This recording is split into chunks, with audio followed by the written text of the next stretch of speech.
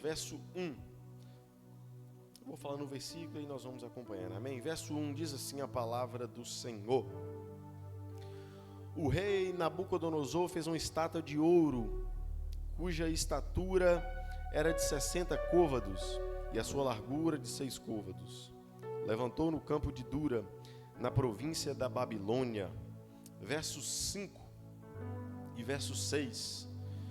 Quando ouvirdes o som da buzina, do pífaro, da harpa, da sambuca, do saltério, da sinfônia e de toda espécie de música, prostrar-vos-eis e adorareis a estátua de ouro que o rei Nabucodonosor tem levantado.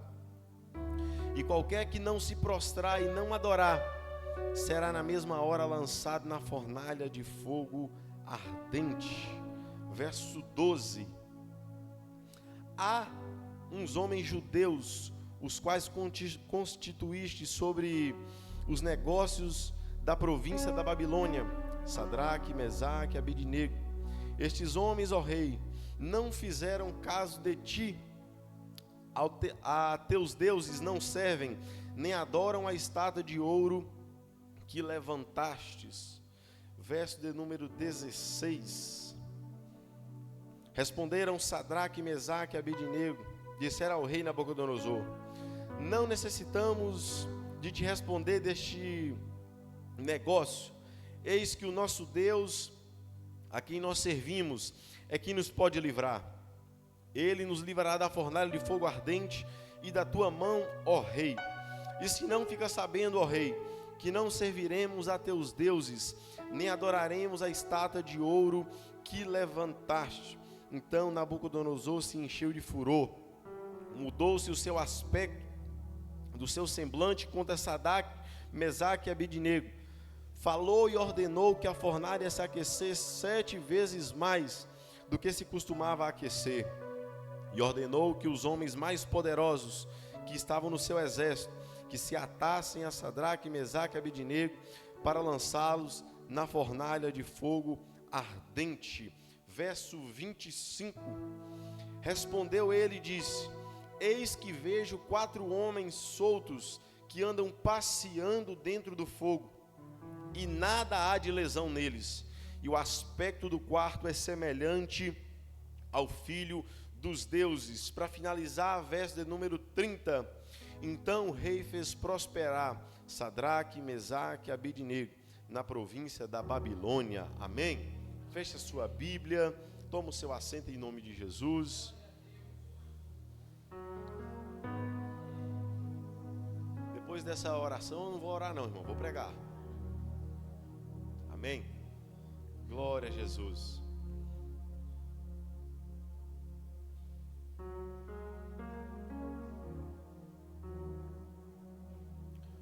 O nome dessa mensagem que o Senhor me deu é Provações com Propósito. Amém? Provações com propósito. Nós vamos ver, ora nos versículos que nós lemos, que... Agora não dá, pai. Glória a Jesus. Nós vamos ler no capítulo número 3, que o rei Nabucodonosor faz uma estátua e ordena que todo o povo devia se encurvar e adorar essa estátua quando a buzina, quando houvesse um som específico, todos deviam se curvar e adorar. Mas nós vemos que Sadraque, Mesaque e Abednego, a Bíblia diz que eles não se curvaram e foram acusados pelos caldeus diante do rei. Então a Bíblia diz que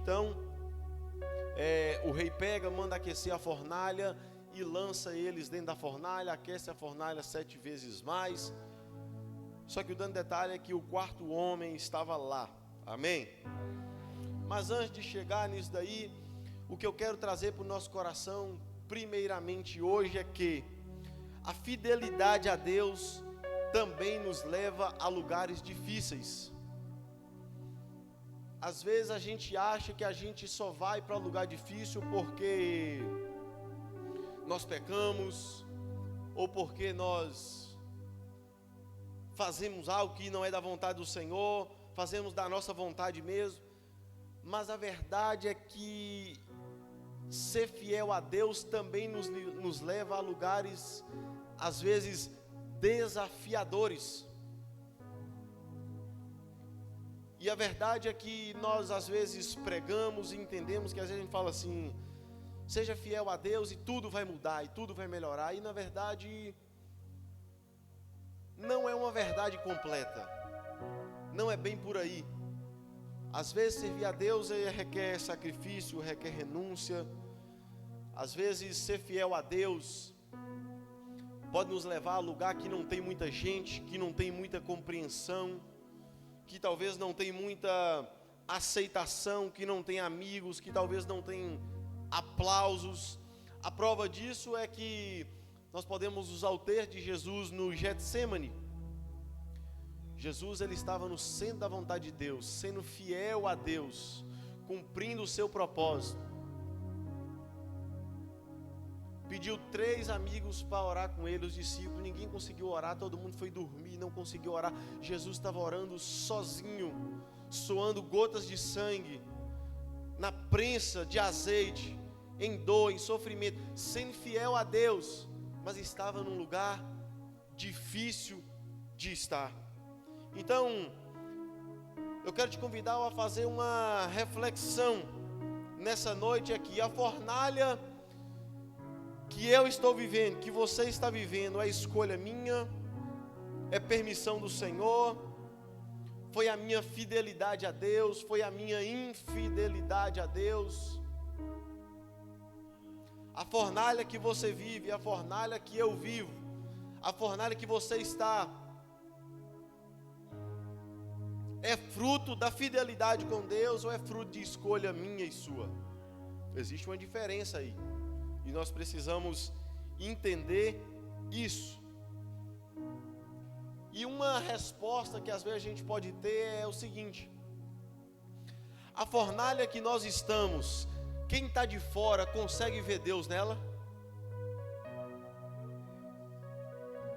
A fornalha que eu estou, quem está de fora consegue ver Deus na minha vida, mesmo eu estando dentro dessa fornalha? A fornalha que você está, quem olha de fora consegue ver que Deus está nessa fornalha que você está vivendo ou não? Se ninguém está vendo, talvez Deus não esteja nessa fornalha. Se ninguém está vendo Deus nessa situação, talvez Deus não esteja aí nessa dor que talvez você está achando que é provação de Deus e é provação sua mesmo, provação minha mesmo. E às vezes a gente usa um texto que está lá em Provérbios 24:16. A gente usa o texto que o justo ele pode cair 7 vezes, e às vezes a gente até fala que Deus levanta todas as 7, mas é mentira. A Bíblia diz que o justo pode cair 7 vezes, mas ele se levanta de todas. Não é Deus que levanta ela de todas. O justo pode cair? Pode, mas ele se levantará. É o que a Bíblia diz. Depois fala uma parte do ímpio no mesmo versículo. Mas a verdade é que nós também nos esquecemos do que é ser justo. Nós pegamos esse texto e nos colocamos como justo, sem pesar na balança o que é de fato ser justo. E eu venho trazer umas verdades para o nosso coração hoje, é que ser crente não é ser justo, orar não é ser justo, jejuar também não é ser justo, vir ao culto sem dizer que também não é ser justo. E nós precisamos entender que a justiça é um atributo do caráter de Deus, é algo que está na essência de Deus. Justiça, a Bíblia diz em Salmo que é a base do trono de Deus. Ser justo é ter equidade. Ser justo é não se aproveitar de situação. Ser justo é devolver o troco no valor certo. Ser justo é quando nós recebemos o troco a mais, e eu te garanto que talvez já aconteceu com você, já aconteceu comigo. E às vezes a gente deixa passar batido, e ser justo é se eu receber a mais, eu vou lá e faço o quê? Devolvo para o caixa. E às vezes a gente usa uma desculpa e fala assim: ah, mas se eu for no supermercado e tiver faltando 5 centavos, eles não vai passar minha compra. E de fato não vai. Mas não significa que se der 5 centavos a mais para mim e para você, significa que eu tenho que pegar para mim ou para você. Concorda comigo? Amém? Então, ser justo é um desafio, e a verdade é que a injustiça, ela gera um caos, quanto na vida espiritual, quanto na vida moral, quanto na vida social. E eu pergunto para mim e para você hoje: será que nós somos justos? Será que você é justo? Será que eu sou justo? Se o justo pode até cair 7 vezes, se levantará. Então significa que o justo, ele cai, o justo erra, o justo talvez até peca, ele falha. O justo pode até ir para a fornalha, pode até ir para a cisterna, pode ser caluniado, pode ser injuriado, pode até ser injustiçado, mas ele se levanta e se coloca de pé. Então, por que tem muita gente caída? Porque talvez não seja justo. Porque o justo cai, mas ele se levanta. Então, se eu permaneço caído, talvez seja porque falta justiça em mim. Cair é uma coisa, permanecer caído é outra. Pecar é uma coisa, permanecer no pecado é outra.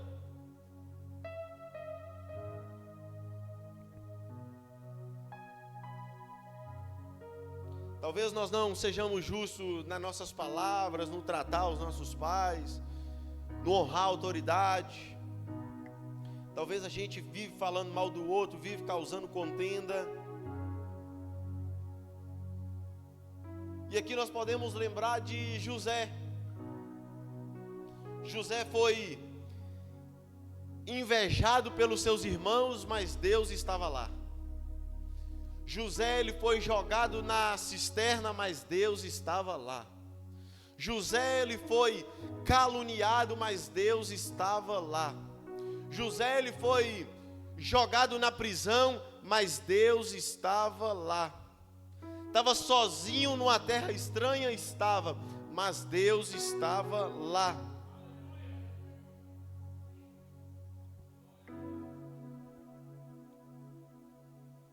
Então, se ninguém está vendo Deus aí dentro dessa situação, a começar por você mesmo, porque os versículos que nós lemos, nós vamos ver a confiança de Sadraque, Mesaque e Abednego antes de ser lançado na fornalha. Ele praticamente dá uma afronta a Nabucodonosor. Fica sabendo, rei, que eu não vou adorar coisa nenhuma de estátua, e é o meu Deus quem pode me livrar no meio dessa fornalha.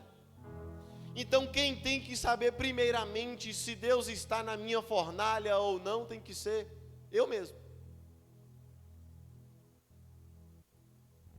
Então a verdade é que talvez o que nós estejamos passando, talvez não seja uma permissão de Deus. Talvez seja as nossas próprias escolhas. Porque para nós que somos crentes, cristãos de verdade, até a nossa fornalha precisa exalar a Cristo.